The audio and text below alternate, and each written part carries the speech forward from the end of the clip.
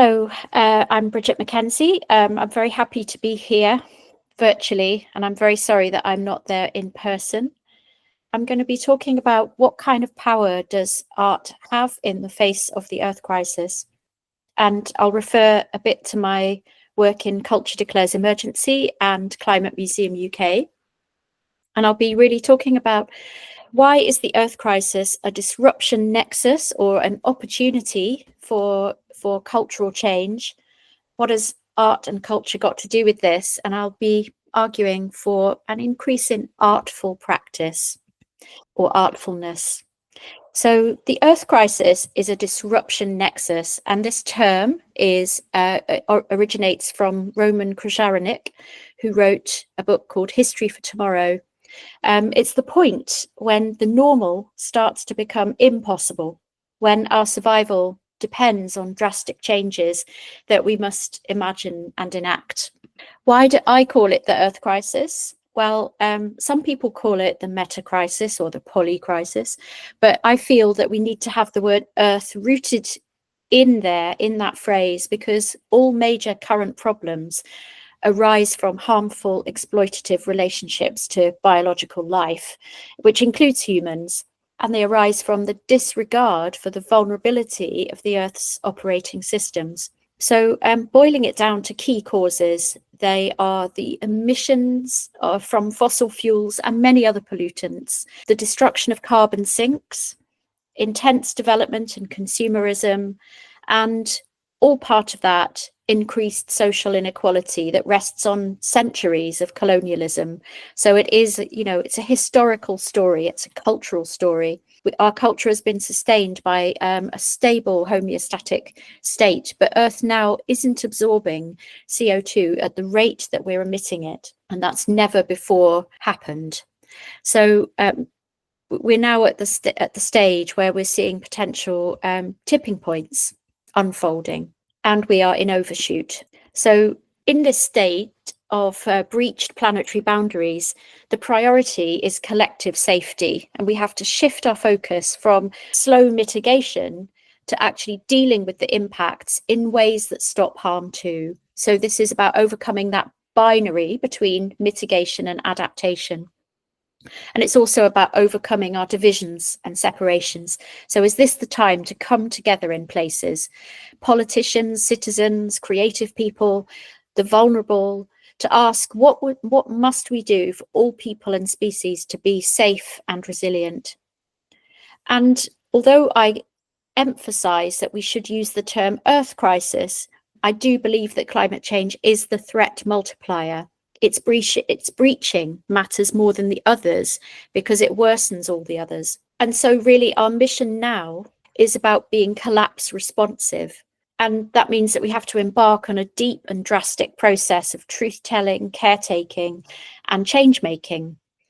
That might mean creating islands of sanity to prefigure alternative ways to live. But essentially, it means that we should be driven by the goal to change systems so that we can regenerate and sustain life. We should always be asking, what can I do to ensure the continuity of conditions for biodiverse life and humanity on this planet? Culture has many, many roles in response to this collapsing and breached critical situation. It can be an expression of life at the heart of a more regenerative system. If you're in the cultural sector, you can work and make art for truth and care and change. And this diagram here, it shows you on the left, the triple bottom line, the standard model of sustainability with 3 pillars of economy, environment, and society. And culture is nowhere in that frame because it's seen to serve the economy with commodities and also to put sticking plasters on the harm that that system does. But we need to move to perhaps an ancient notion of culture for life, which is about healing and regenerating and life honouring. And a movement that I helped found, which I hope has that goal, is Culture Declares Emergency. It's not about just declaring and then signing a register and then doing nothing. It's about forming communities in order to, work hard for justice, to hold each other to account, to move towards regenerative change, to take care of your cultural practice, your communities, and so much more. We're putting action into creative practice and culture into environmental activism. So we're really trying to, again, bridge those boundaries. I've developed a toolkit, and that includes a blueprint for change that, again, has these 3 pillars or areas of truth-telling, caretaking, and change-making. The very first suggested activity is to declare emergency. That isn't something that you do at the very end of a process after 5 years of wrangling about whether your reputation can stand making a declaration. It's the first thing that you do. And then you start to reflect on responsibilities, auditing, reprioritizing your values, planning to adapt to shocks, aiming for not just a reduced harm footprint, but nurturing a positive handprint. And that really is where the role of arts and culture comes in. So there's much more, again, on that slide, deepening relationships with community and having a longer term, bigger picture impact. So in order to really experiment with and explore what this means in practice, I've also founded Climate Museum UK. It's a group of artists, designers, educators who help people make sense of environmental issues through creative conversations and activations. So we don't hold exhibitions, we don't have a venue to do that. We run pop-ups and workshops in museums, in outdoor sites and community settings. There's some overlap with the Groundwork Collective, people like Jamie Jackson and James Aldridge. I'm just going to talk a bit about some of the local or face-to-place work that I do under the umbrella of Climate Museum UK. How I moved back to Norwich just over 2 years ago, and I set up this thing called Positopia Norwich. And through this, I run a whole range of community creative activations, such as Writing the River to Life, which is coming up soon for Lost Species Day. Reimagining the City was a creative assembly with Culture Declares East. And we've been doing some environmental history workshops, working for the Norwich Science Festival. On Wednesday, I ran a workshop that was really about being inspired by the radical heritage of Norwich, the radical characters such as Amelia Opie, who was an anti-slavery campaigner. So we incarnated these characters from the past and used this kind of framework to be able to understand what are the impacts of ecological overshoot and social shortfall.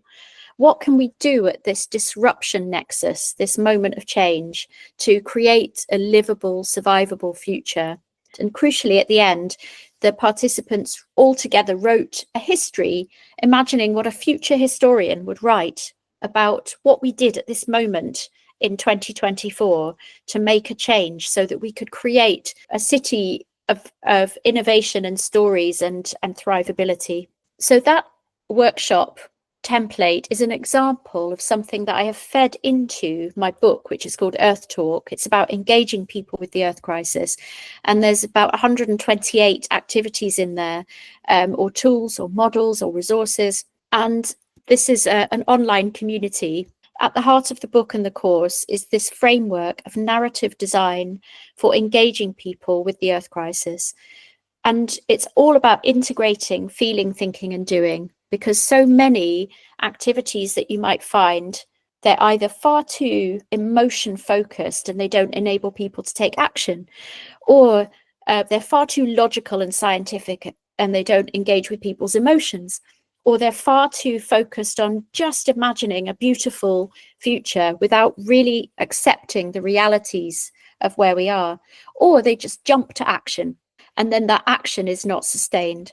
So how do we integrate all of these things in our neighborhoods or in our curriculums so that people are able to loop around these activities and keep reinforcing their ability to take action? And moving on now to the value of culture. And people might say, we need more art, we need to defend art. And this talk, of course, is about the power of art, but I think it needs to be framed in the bigger picture of culture. Culture is underfunded and it can be defensive and insular, and within it as well, you get sort of infighting about the value of various parts of it.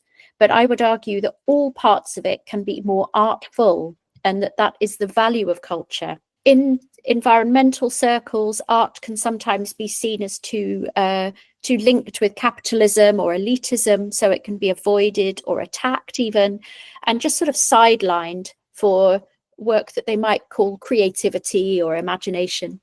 When it is acknowledged, it's often in narrow terms of the inner work or the emotional dimension. But let's really see the breadth of potential for culture with artfulness generating it. I really was helped to understand that I needed to return to my own personal art practice. And that was by, the associates in Climate Museum, people like Jamie and James, who are very inspiring. And so I'm doing an art course in Norwich 1 day a week, and that's really helping me. It's helping me see how important it is to make space for being artful for yourself and for others.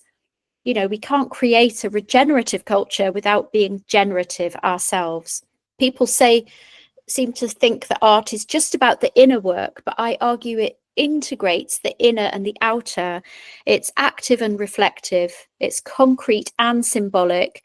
It's bridging the individual and the collective. Just to bridge from that inner spiral to this outer array of pathways for outer action.